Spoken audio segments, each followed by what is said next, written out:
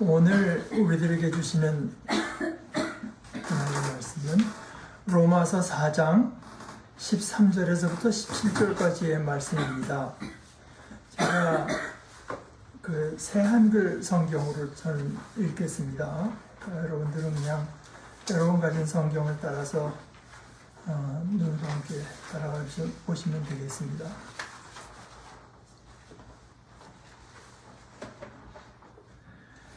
아브라함이나 그의 후손에게 그가 세상의 상속자가 될 것이라 하신 약속은 율법을 통해서가 아니라 믿음의 의를 통해서 온 것입니다. 율법에 속한 사람들이 상속자라면 믿음은 허울뿐인 것이 되고 약속은 의미가 없어질 테니까요. 율법은 노여움을 불러일으키기 때문에 그렇습니다.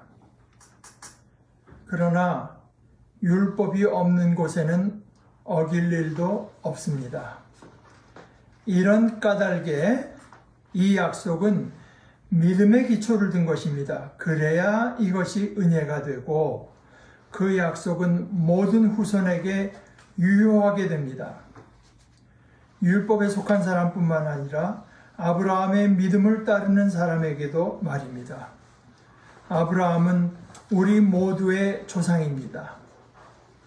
이것은 성경에 이렇게 적혀 있는 대로입니다. 내가 너를 많은 민족의 조상으로 세웠다. 아브라함은 그가 믿은 하나님 앞에서 정말로 우리 조상입니다. 하나님은 죽은 사람들을 살리시며 없는 것들을 있는 것들처럼 불러내시는 분입니다. 하나님의 말씀입니다. 하나님 감사합니다.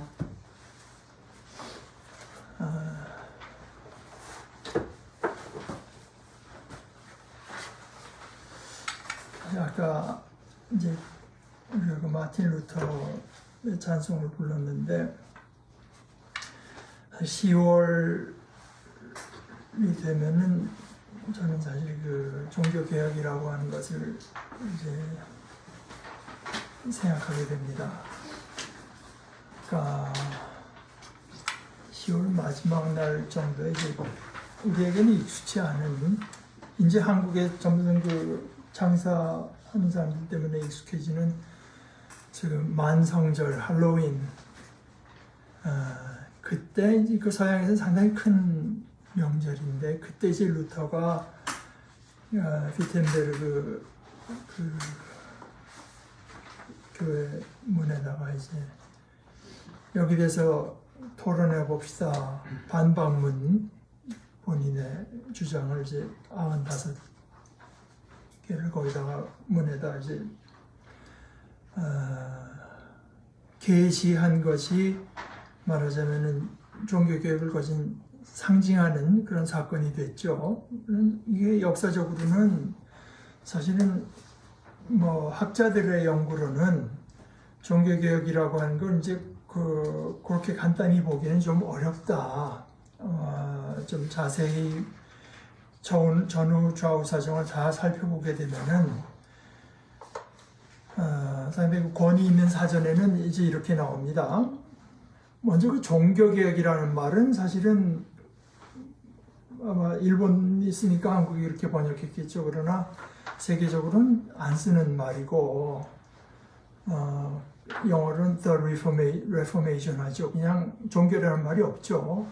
개혁인데 대신에 이제 그 사건은 R을 대문자로 써서 The Reformation 하면 그게 이제 우리가 말하는 종교개혁인데 옷 같은 것도 리폼 한다고 뭐 갖다 주잖아요. 뭐 그러니까 종교의 형태를 이제 바꿔놓는 건데 이게 그 권위 있는 사전에서는 좀 그 루스한 말이다 하니까 정확히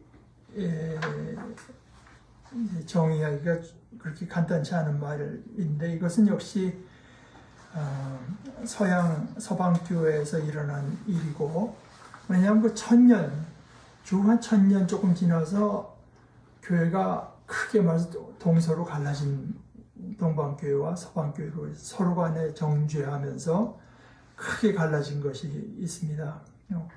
커다란 분열이 한번 일어났는데, 그 다음에 이제 서방교회 안에서 개혁 운동이 시작된 것이 대개 이제 14세기에서 17세기 사이에 일어난 일이라고 크게 잡는 것 같아요. 그러나 사전에서 그러면서도 말하기를, 그럼에도 불구하고 역시 그 마틴 루터가 성 어거스틴을 깊이 연구하면서 그때까지 그 중세 교회가 사람이 뭔가 하나님 앞에 드릴 만한 어떤 우리가 소위 공로라고 하죠. 그게 있어야 된다고 하는지, 그게 있으면은 하나님 앞에 우리의 입지가 상당히 강화되는 것 같은 이제 이런 식의 가르침. 이거는 중세교회가 다 그런 게 아니라 후기 중세교회가 이제 그것을 굉장히 강조하는 데 대해서 이건 아니다. 이렇게 특별히 구원의 문제에 있어서 그러면서 구원이라고 하는 것은 믿음으로 되는 일이라고 하는 것을 강조한 것이 역시 종교개혁의 아주 굉장히 큰 기폭제가 된 것은 틀림없습니다. 없다고 이제 그 사전에서도 말하고 있어요.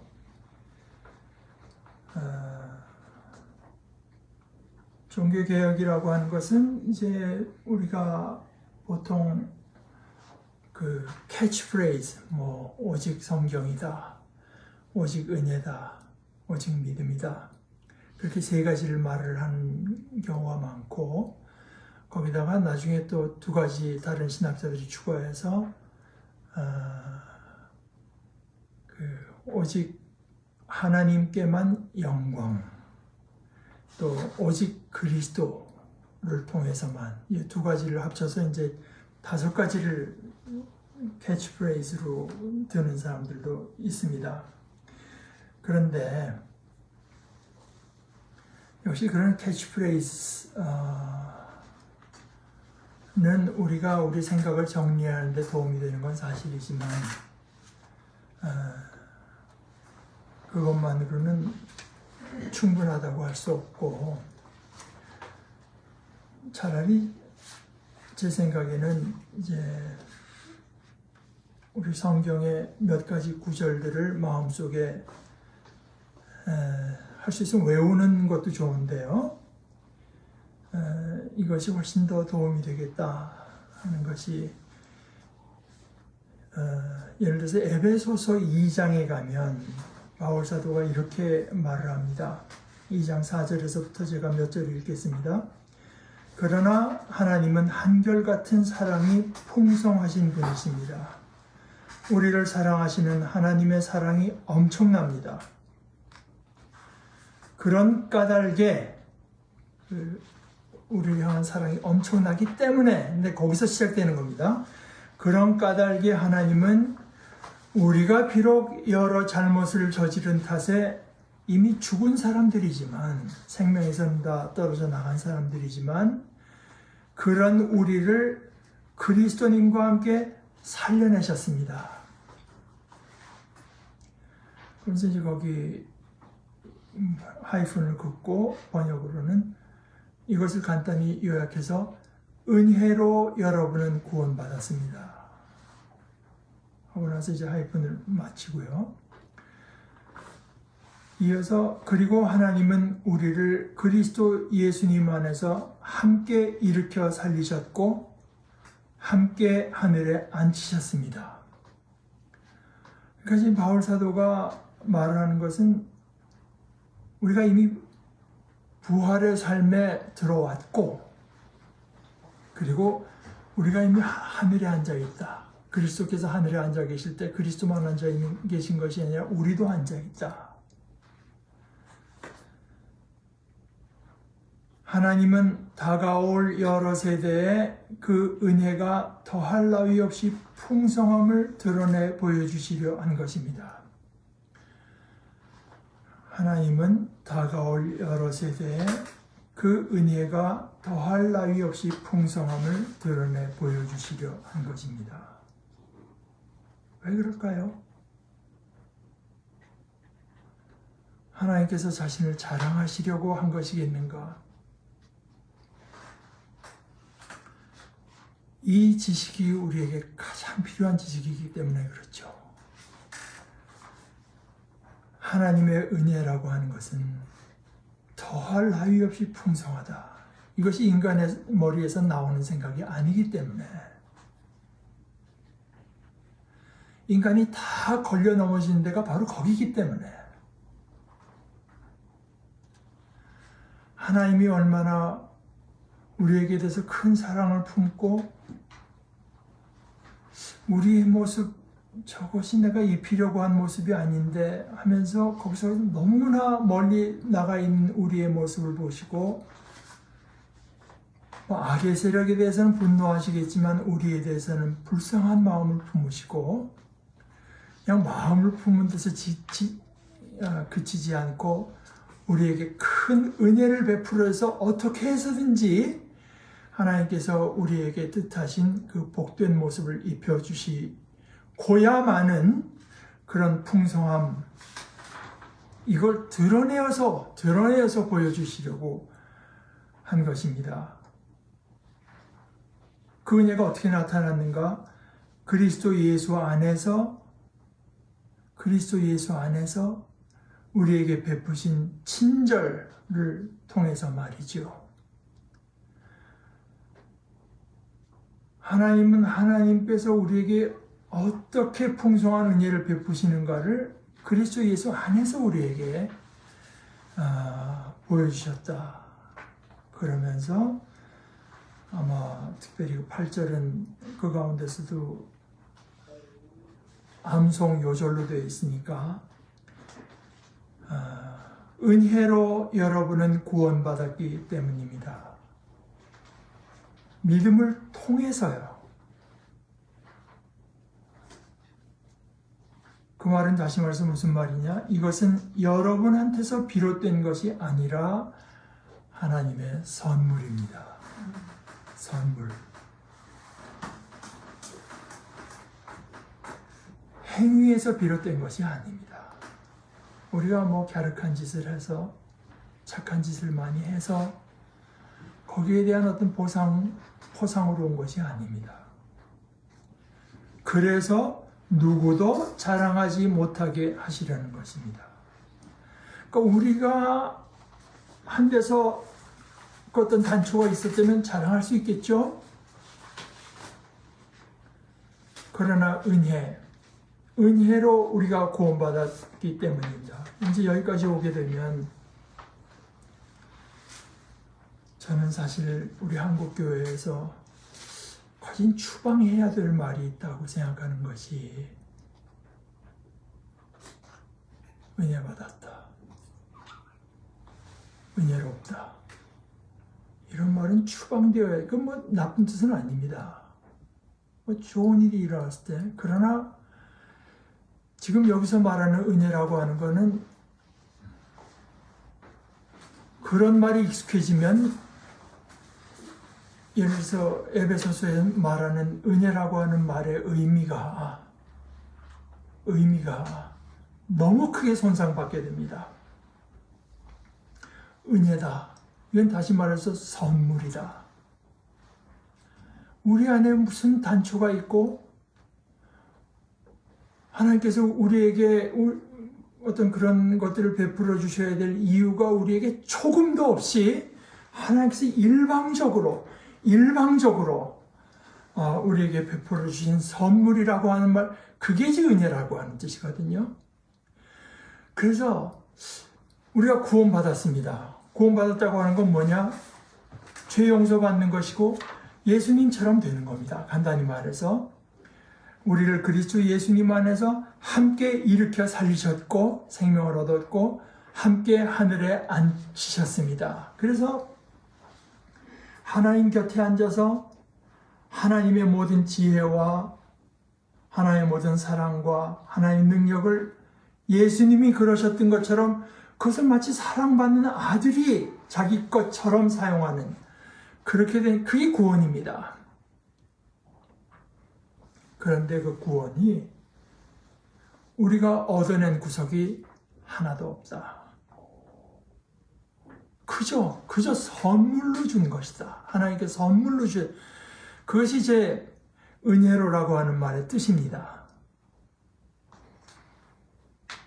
우리는 뭘 가지고 이 구원을 받을 수 없어요. 회개했기 때문에 구원받을 수 없습니다. 심지어 믿음을 가지고도 구원받을 수 없어요. 그래서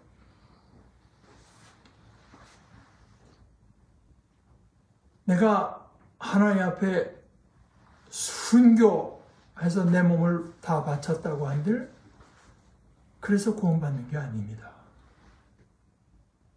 뭘 가지고 우리가 구원받는 건 불가능하죠. 우리 가운데 누가 구원받을 자격이 조금이라도 있는 사람이 누가 있습니까? 구원이 이런 것이라면, 구원이 그리스도처럼 되는 것이라면, 그리고 구원이 하나님의 영광과 하나님의 능력과 하나님의 지혜를 마치 내 것처럼 쓰는 그런 지위로 올라가는 것이라면 거기에 대해서 우리가 할 수 있는 게 뭐가 있겠습니까? 그런데 우리가 받긴 받아야 되잖아요. 아무 걸 갖고도 받을 수가 없는데 근데 받긴 받아야 됩니다. 그럼 어떻게 받나? 그냥 받는 수밖에 없습니다. 그냥 받는 거. 그냥 받는 거.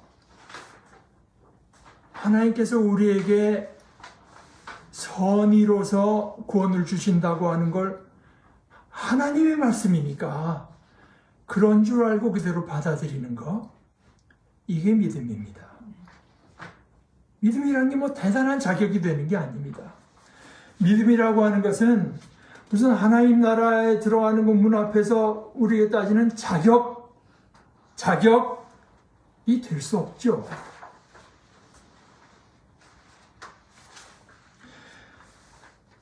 믿음이라고 하는 것은 하나님 나라의 문 앞에서 우리를 심사하는 심사 기준이 될 수 없습니다. 뭐 이런 식으로 비유하면 어떨까 싶어요. 광야, 우리가 올해 광야에 가려다 못 갔지만 광야에 집이 하나 아주 좋은 집이 서 있습니다. 도저히 들어갈 수가 없는데 작지만 활짝 열린 문이 있습니다. 그 문 안에서 들어오라, 들어오라. 이 안에 휴식이 있고 이 안에 만족이 있다고 말하는 음성이 있습니다.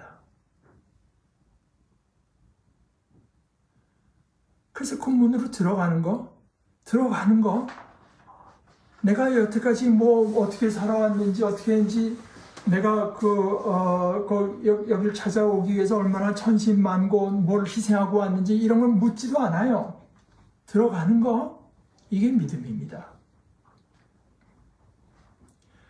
그 안에가 얼마나 참 쉼이 있고 참 아름다움이 있고 참 진실함이 있고 참 만족이 있는가는 들어간 사람만 알 수 있어요.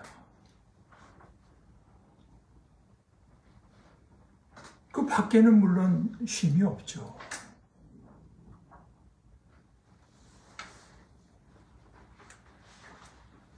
그러니까 조금 말의 어떤 무리를 무릅쓰고 말을 하자면 믿음이라는 것으로도 예를 들어서 하나님 나라에 들어간다거나 영생을 얻는 자격을 갖출 수 없습니다.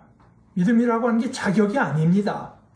그 문 앞에 가서 저 믿음 있는데요 하고 들어가는 게 그냥 들어가는 겁니다. 그것이 자비로운 하나님의 음성인 줄을 믿고, 그러니까 믿음은 말하자면 하나님을 하나님으로서 받아들이는 것입니다.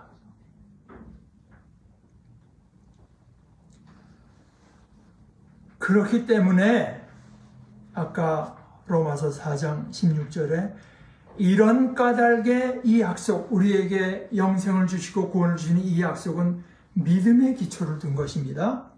그래야 이것이 은혜가 됩니다. 믿음과 은혜는 이렇게 짝을 지어서 나가는 것입니다. 이것이 하나님께서 거저 주시는 것인 줄 믿고 덥석 받아들이는 거, 이게 믿음이거든요. 그러니 거기에 무슨 자격이 있을 수가 있겠습니까? 그 믿음과 은혜 앞에서 모든 자격은 사라져요. 모든 자랑이 사라집니다. 그래서 아까 누구도 자랑할 수 없다고 에베소서에는 말했으나 로마서에서는 바울 사도가 말하기를 이런 까닭에 이 약속은 믿음의 기초를 둔 것입니다. 그래야 이것이 은혜가 되고, 그럼 어떻게 되는가? 그 약속은 모든 후손에게 유효하게 됩니다. 모든 후손. 그러니까 믿음에는, 은혜에는 자격이라고 하는 것이 사라지게 되죠.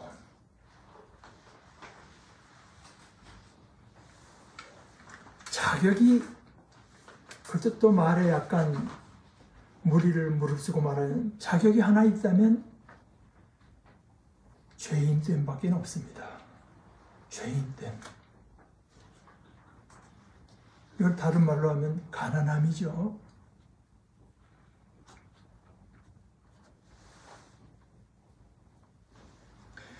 은혜로만 우리는 구원을 받습니다.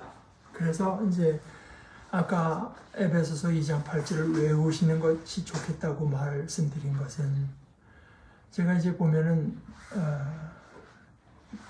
영국은 모르겠지만 제가 공부한 미국에서 보게 되면은 이제 웬만한 사람들의 입에 이제 이거 있어요. Saved by grace through faith, 이 말입니다. 우리는 믿음, by faith가 사실은 믿음을 가지고 공부하는 게, 우리는 그냥 거저 구원받고 through faith, 그것을 그냥 받아들이는, 그냥 받아들임으로 saved by grace through faith.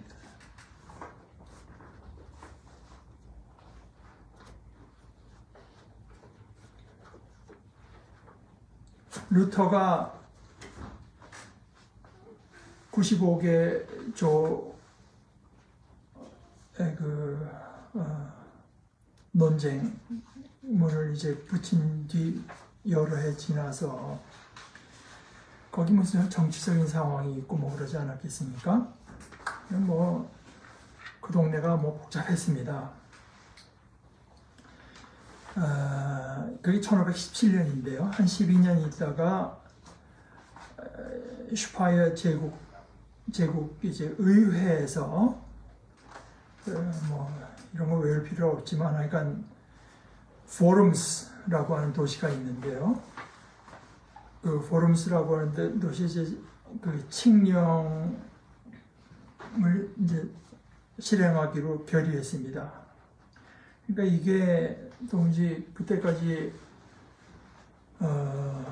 루터의 뜻에 동의해서 주장하던 사람들은 도저히 이건 받아들일 수가 없다고 생각해서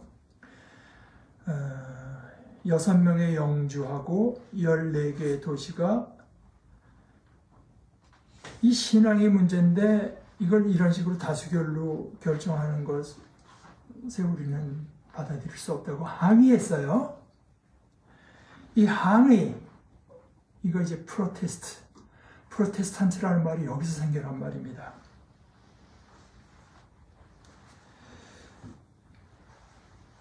이제 그때 이 프랑스하고 전쟁이 이제 끝나니까 독일 안에 지금 종교 문제가 심각하니까 이걸 해결하려고 아우구스부르크라고 하는 데서 제국 의회를 이제 소집했습니다. 황제가요. 아우구스부르크, 제가 알기로는 아마 우리 구자철 선수가 프로축구로 있던 그 도시인데, 그래서 그 토의를 해가지고 이 분규를 이제 최종적으로 이제 마련지려고 했어요. 그래서 제국 의회의 의원들을 다 초청해서 각자가 가진 의견, 주장, 생각을 다 듣겠다고 했는데, 그때 이 로만 가톨릭이 아니라 개신교 측에 속했던 그 영주들이 누구 하나 이제 대표자로 내세워서 자신들의 그 입장이 뭐냐 이런 걸 이제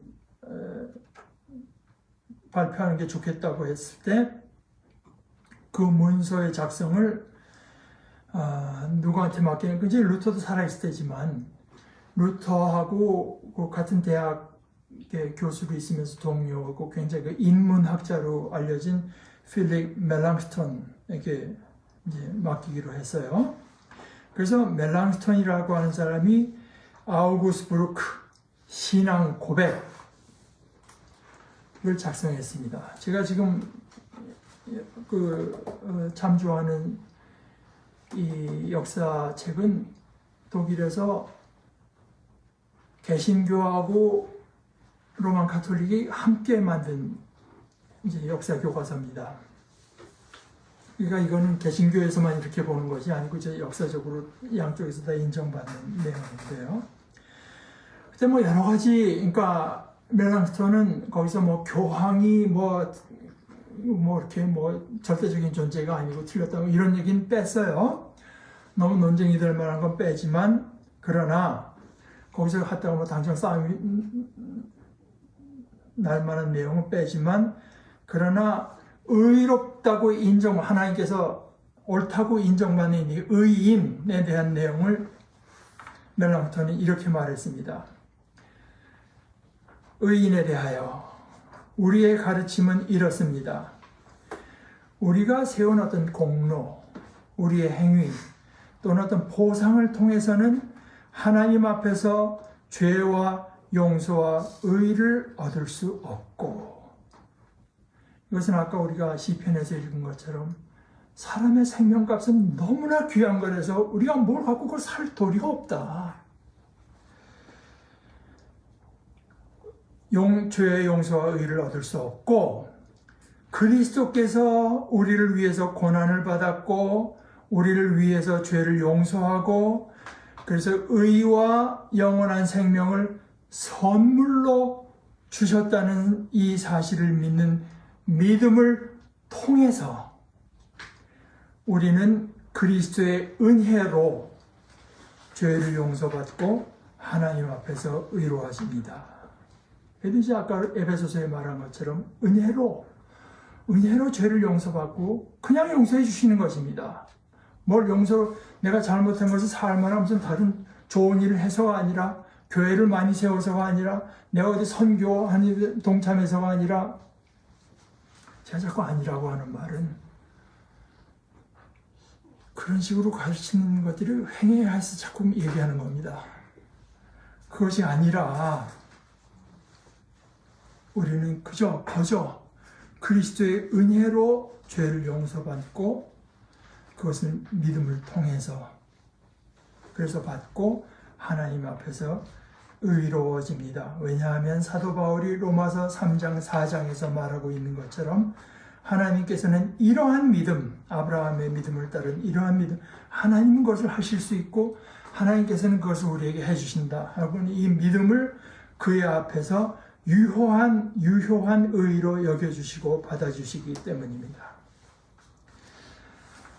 필립 멜랑스턴은 그 말로 이제 그 의인에 대한 자신들의 입장을 요약했습니다. 그런데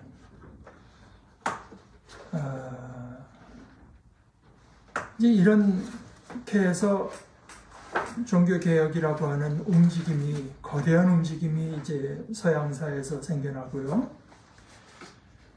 그리고 한 500년 가까이, 1517년, 그러니까 500년 가까이 가톨릭은 그걸 인정하지 않으려고 들고, 프로테스탄트는 가톨릭이 무조건 잘못했다고 이제 이런 식으로 이제 갈라져서 지내다가 여러 가지 연구가 쌓이고 자세히 들여다보고 하면서 제가 아까 말씀드린 것처럼 이것은 예를 들어서 프로테스탄트와 가톨릭이 함께 쓴 그 교회사 책인데 이렇게 말했습니다. 서방 기독교의 일치는 종교개혁 시기에 깨어졌다. 과거의 가톨릭과 개신교는 그러한 깨짐이 전적으로 상대방의 책임이라고 여겼다. 그렇지만 500년이 지난 오늘날에는 그 과정을 좀 더 자세히 들여다보게 되어서 거기 물론 개인적인 잘못들도 있고 또 집단적인 실패 같은 것이 있어서 종교개혁 시대에 분열이 일어났다는 것은 분명히 중요한 측면이다. 그런데 더 근본적인 이유가 있다. 그것은 이제 독일에서 개신교의 성인들을 위한 교리문답서에다가 요약한 내용을 이제 이분들이 인용하면서 근본적인 이유는 이렇습니다. 사람들은 순수한 구원의 복음에 대한 책임,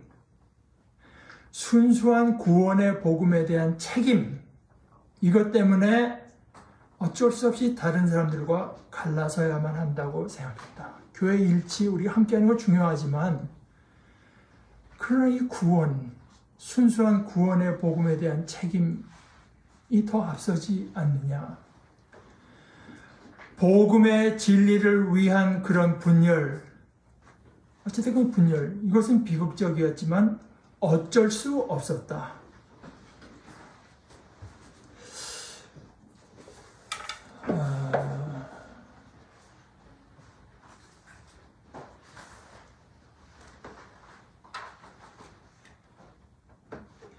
그래서 저는 이렇게 생각합니다. 이것이 올해 종교개혁을 생각하면서 제 마음에 드는 생각인데, 멜랑스턴이 은혜를 말을 하고 믿음을 말을 하고, 이것은 에베소서에 따른 것이고, 그리고 이것이 다른 것 아니라 우리의 구원에 대한 이야기이기 때문에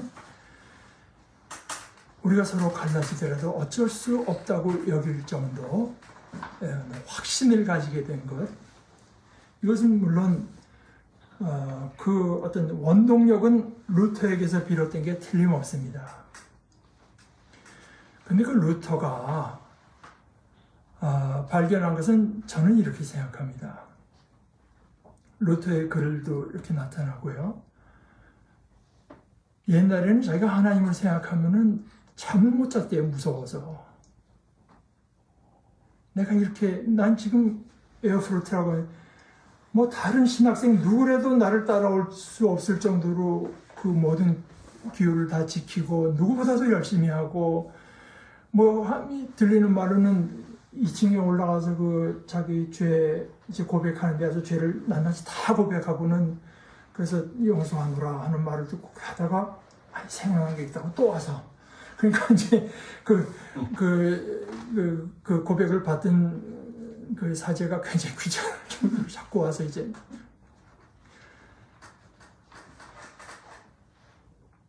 그러니까 이것은 자신의 구원에 대해서 이 사람이 얼마나 절박했고 진지했나, 이것을 말을 해주는 거죠. 그런 과정에서, 그런 속에서 하나님께서 요구하시는 의의 스탠다드가 너무 높을 뿐만 아니라 어느 정도인지 알 수가 없으니까 계속 불안한 겁니다. 그러다가 어거스틴을 연구하고 성경을 들여다보면서 루터가 발견한 것은 그것이 교회의 가르침이지만 성경의 가르침과는 다르다. 그 전까지 루터가 알았던 하나님, 결국 루터의 하나님관이 바뀐 것입니다. 그 전까지 루터를 불안하게 했던 하나님관, 하나님은 어떤 분인가? 굉장히 까다롭고 높고 잘 가르쳐주지 않는 기준을 가지고서 자신을 만족시키기를 요구하는 그런 하나님으로 이해하고 있었는데, 루터가 성경의 근거에서 발견한 하나님은 우리 인간이 자신을 만족시키기를 요구하시는 하나님이 아니라 우리를 만족시키기 위해서 자신을 내어주시는 하나님. 우리에게 참되고 영원한 만족을 주시기 위해서 안 하시는 게 없는 하나님, 그 외아들까지 죽게 하시고, 그리고 그 외아들이 죽은, 예수가 죽은 그 사건이 어쩌다 일어난 사건이 아니라 그게 내가 일으킨 사건이라고 하는 것을 입증하기 위해서 그를 죽은 자들 가운데서 일으키신 하나님. 그래서 그의 자비가 얼마나 풍성한가를 우리에게 말씀하시는 그 하나님. 이 하나님을 발견했고, 그렇기 때문에 뭐 교회가 타락하고 뭐 이래서 종교개혁이 일어났다고도 볼 수 있겠지만, 그런 것이라고 하면은 교회 제도가 바뀌는 것으로 그쳤겠죠.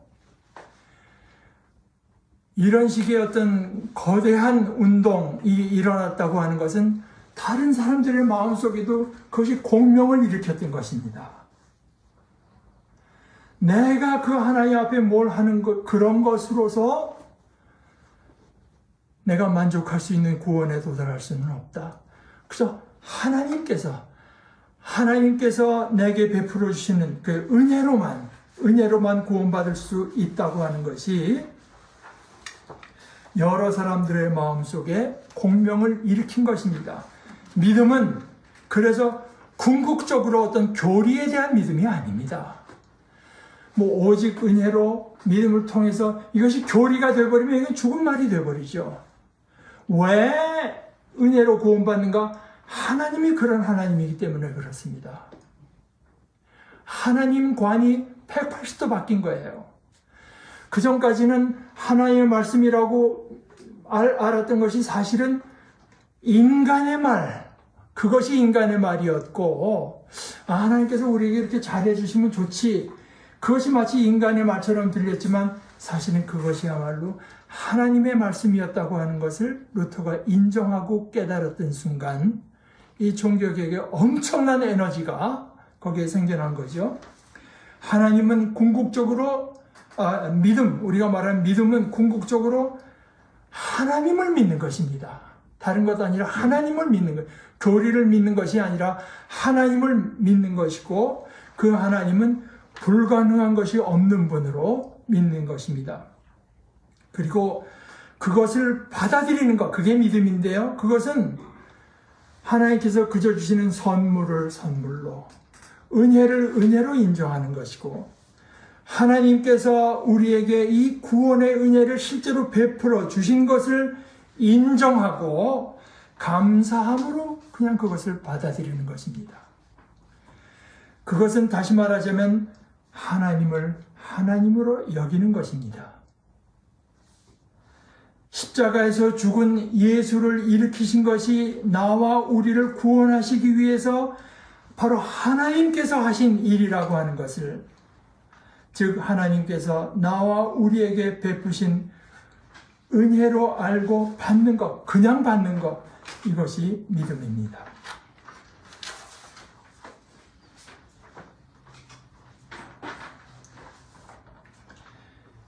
하나님의 말씀이니 그저 그런 줄로 여기고 받아들이는 것, 그것이 믿음입니다. 이런 까닭에 이 약속은 믿음의 기초를 둔 것입니다.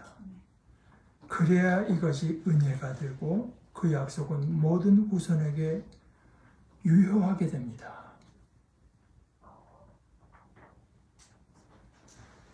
사실은 이 근본적인 가르침은 그 말을 받아들이는 듯 하면서도 왜곡시키는 여러 가지 세력의 도전을 지금도 받고 있고, 우리는 바로 성경에서 말씀하시는 은혜로 구원받고 믿음을 통해서 받는다고 하는 것, 그것이 하나님을 하나님으로 여기는 유일한 길이라고 하는 것을 우리 마음속에 믿고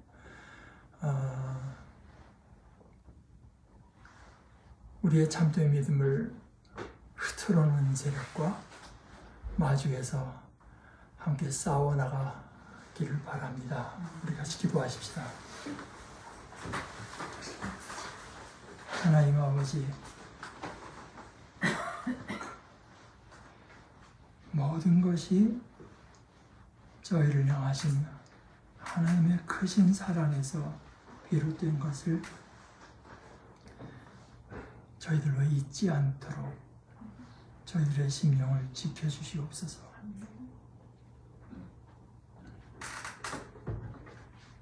저희를 사랑하신 하나님께서 과연 우리들에게 큰 은혜를 베풀어 주신 것을 감사함으로 믿고 그 믿음 안에서 자유를 누리며 살아가는 저희들 되게 하여 주시옵소서. 예수님의 이름으로 기도합니다. 아멘.